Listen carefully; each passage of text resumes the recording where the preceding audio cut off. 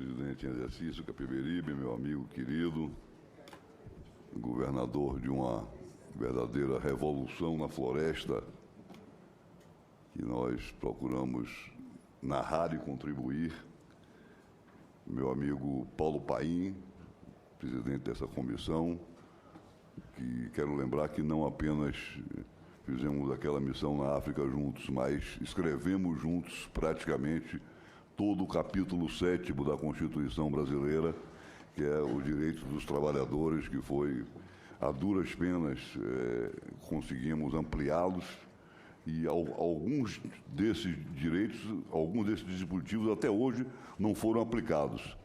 Dizia um senador italiano que a Constituição da Itália era tão boa porque tinha 50 anos e ela não tinha sido completamente aplicada ainda. A nossa está entrando nesse caso, né? É tão boa que não consegue ser aplicada. Eu quero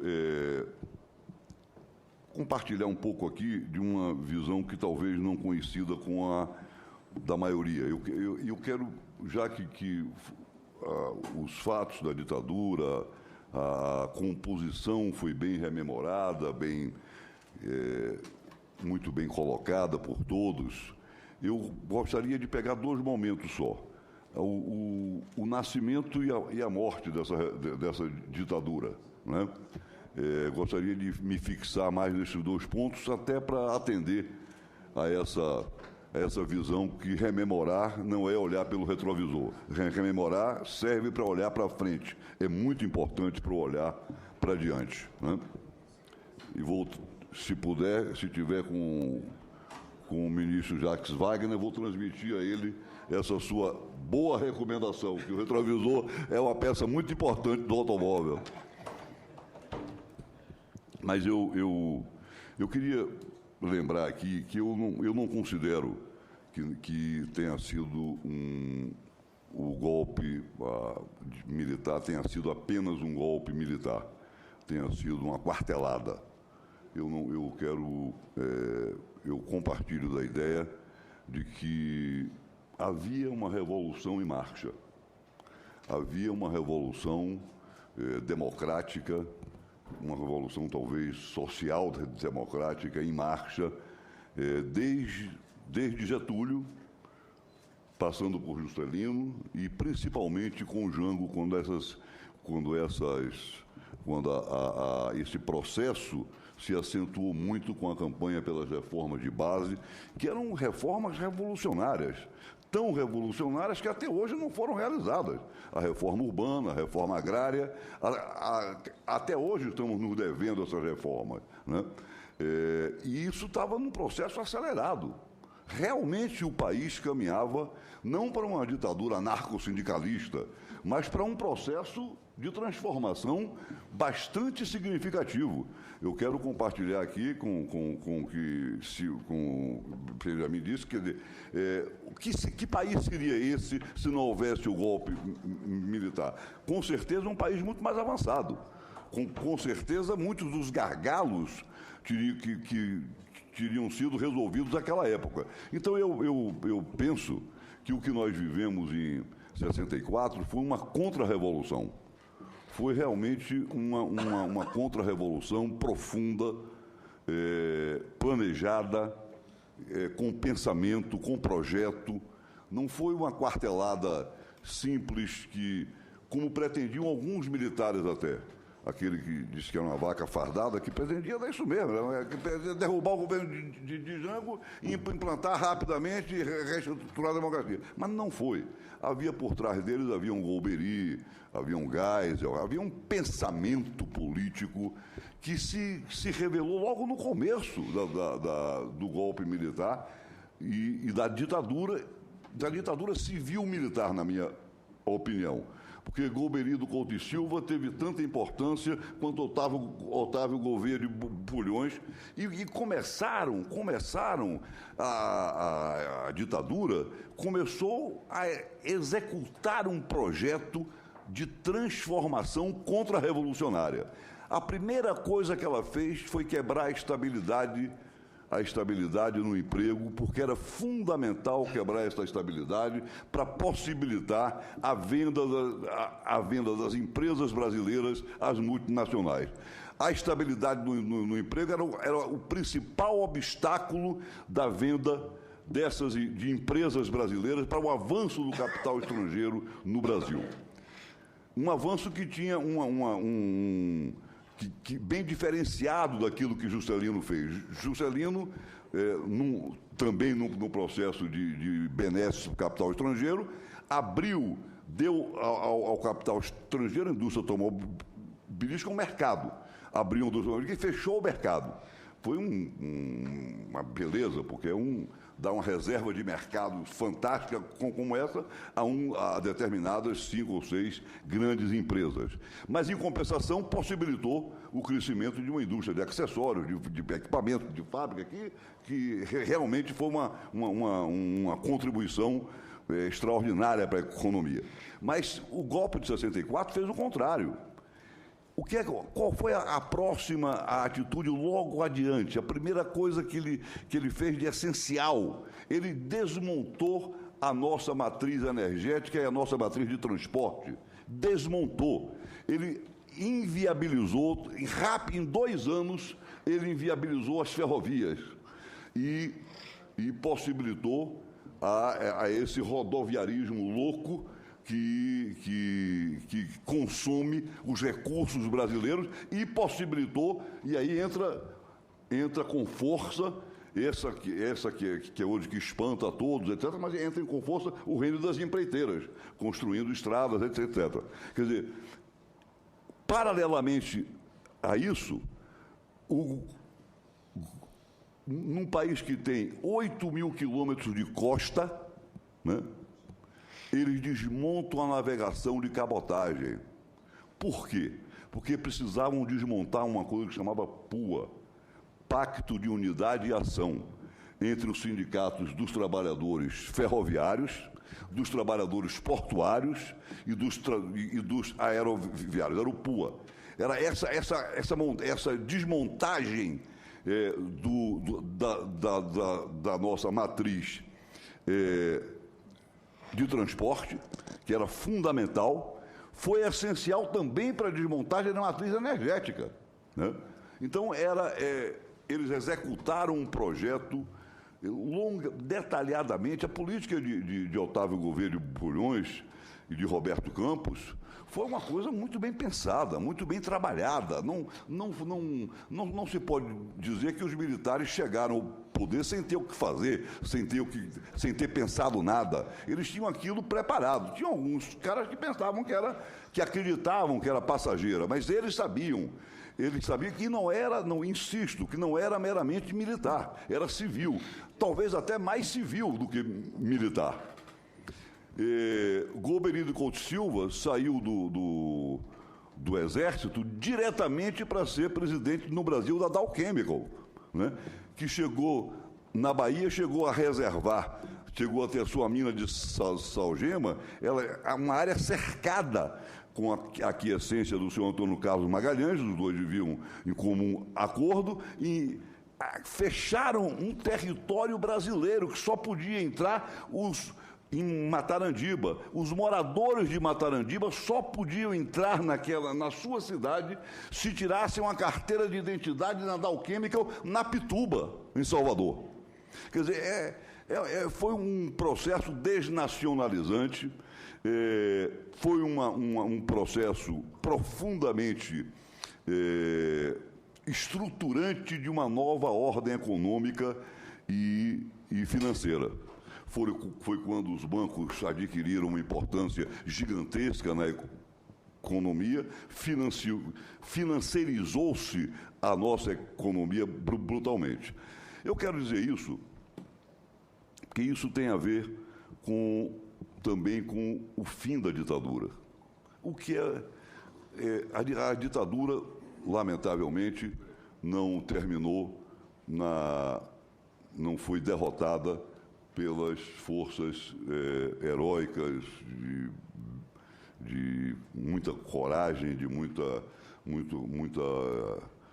patriotismo dos nossos revolucionários armados. Marighella está ali, a neta dele, filha de Carlinhos, grande referência, uma grande referência para mim, inclusive, que eu conheci pessoalmente, uma beleza, uma figura humana extraordinária. Mas a ditadura foi derrotada pelas forças democráticas, pela perspectiva democrática, pela visão do velho partidão, que ainda que não tivesse sido realizado, no lugar do partidão surgiu o PT, porque o PT é um partidão que deu certo, que transformou-se no partido da classe operária, cresceu e, ao invés de adotar uma política revolucionária, adotou uma política reformista, etc. E era isso mesmo que essa substituição foi uma coisa extraordinária para a política brasileira e deu certo. E aí entram fatores subjetivos que não vale a pena examinar aqui, mas que talvez valham a pena, porque também, assim como o partidão, naquela época, não tinha chance de se... Embora tivesse a política mais correta, tanto é que essa política foi adotada pelo PT, a política das alianças, a política da amplitude, ele não pôde porque já estava demais desgastado. E é uma coisa que talvez se assemelhe ao que está acontecendo hoje com o PT também. Eu li em Carta Capital, agora tem 3 análises importantíssimas sobre... Porque o PT é um patrimônio do Brasil muito importante. Ele não pode... não podemos desconhecer a importância que o PT teve para o bem ou para o mal. Ou para ele deixar de existir ou para continuar existindo, mas é importantíssimo que se discuta essa função do PT. Mas eu quero retomar agora, fazer por que eu disse isso? Porque o fim da ditadura correspondeu também a uma certa incapacidade que o seu governo, o último governo de João Figueiredo, teve de se manter ligado às elites. Ele começou a entrar em contradição com essas elites e começou a ser insatisfatório do ponto de vista das elites. E as elites começaram a se desprender do governo Figueiredo e a formar digamos assim, a compor o leque de alianças democráticas, principalmente comandado pelo PMDB, que já havia ganho 2 eleições.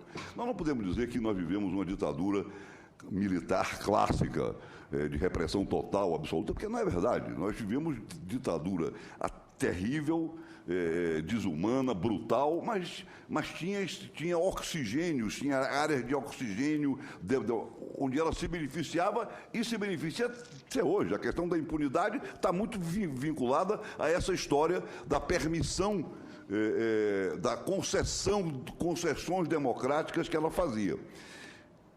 E nessa composição, houve um determinado momento no país em que havia 2 grandes teses sobre a substituição, a superação da ditadura. Uma tese defendida pelo Partido Comunista Brasileiro, pelo PMDB, pelas forças pela social-democracia, à época, Fernando Henrique e outras pessoas, que dizia respeito ela é denominada como derrotar a ditadura. E outra de uma concepção mais radical, que era a derrubada da ditadura. E essas concepções não conseguiam se juntar. Eu acho importante examinar isso hoje, porque também estamos diante de concepções à esquerda díspares e contraditórias entre si, que vêm favorecer sempre a direita quando acontece isso, né? Essas contradições, essa contradição básica, foi atravessada literalmente por uma ideia, uma proposta, que era ao mesmo tempo, porque uma tese era a ruptura com o sistema, a outra tese era a composição, a abertura do sistema. E houve uma proposta em determinado instante que era uma ruptura e, ao mesmo tempo, era uma ruptura democrática. Um processo, era processual e era ruptura, que foi a proposta das diretas já, que, ao mesmo tempo que era uma proposta de ruptura mesmo, de substituição da ditadura de um general por um governo eleito, era também tinha também um componente democrático, porque ia ser uma emenda parlamentar, uma emenda à Constituição aprovada pelo Congresso Nacional. Era, portanto, foi uma saída, uma proposta que atravessou essas concepções e essas contradições que a esquerda vivia à época. E eu digo no meu esse livro aqui, que é um livro enorme, brutal, tem um livro do tamanho de uma... Eu digo assim que eu considero que a campanha das Direta Já acabou se transformando numa quase revolução democrática. Eu fico imaginando assim, se não tivéssemos nos faltado, Gilney, os 221 votos que nos faltaram para a aprovação dessa emenda, como seria esse país? Pela primeira vez na história, o povo era o principal personagem da história. Nos palanques, eu me lembro bem, do Anhangabaú, o principal personagem era sempre o povo dessa campanha.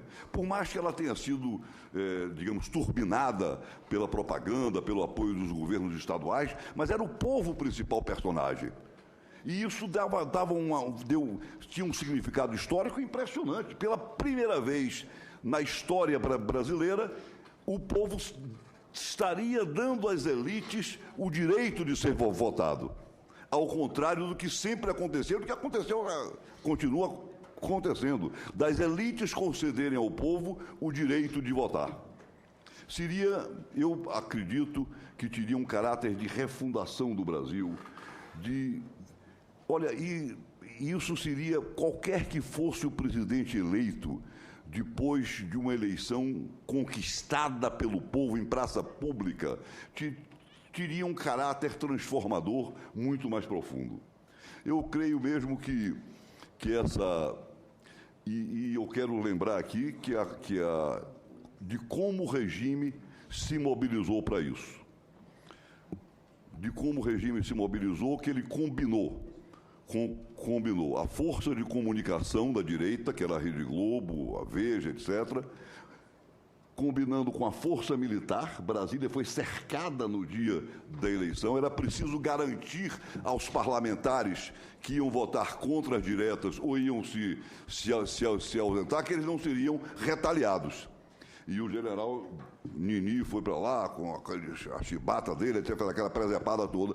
Mas o importante é que eles usaram todas as forças para impedir isso. Por quê? Era para impedir a eleição direta de presidente? Não. Tanto é que eles concederam logo depois essa eleição. Era para impedir que o povo fosse o autor dessa página da história. Era para impedir o protagonismo popular, que seria transformador. Teria uma função de transformação social muito profunda. Aí vem aí sucederam-se, a essa tragédia, sucederam-se outras, né? A eleição de Tancredo só foi possível porque absorveu uma parte, como o Capiberibe já disse, absorveu uma parte da direita, chefiada por Sarney, que era um chefe contra as diretas, era um dos principais articuladores, era o líder do partido do governo na época. Acontece a tragédia da morte de Tancredo, que se elegeu, embora no colégio eleitoral, explodindo esse colégio eleitoral, o colégio eleitoral não valia mais nada. O colégio eleitoral era o sonho de todos os parlamentares picaretas da época. Era como... Já pensou numa... Porque antigamente eles apenas homologavam o resultado que os generais apresentavam. Já imaginou poder eles escolherem, o parlamento escolher um presidente da República? E quem eram os candidatos? Maluf cheio de dinheiro, né? Ia ser a maior vergonha da história, não fosse aquela manobra não fosse a campanha das diretas já que impulsionou a campanha de Tancredo, tanto é que foi Tancredo já, e que estourou o colégio eleitoral antes mesmo que ele só se reuniu formalmente para praticamente homologar a candidatura de Tancredo, que lamentavelmente veio com a candidatura de Sarney, ele morre, assume. E aí, mas eu quero deixar claro que não era contra a eleição direta para presidente que se deu toda aquela mobilização. Foi exatamente para impedir que o povo fosse o principal protagonista de um processo que aconteceria caso a emenda do Dante de Oliveira, do nosso saudoso Dante de Oliveira, meu parceiro nesse livro, e que teve uma ideia que correspondeu a uma tática política, a um momento histórico essencial. Muito obrigado, era isso que eu queria.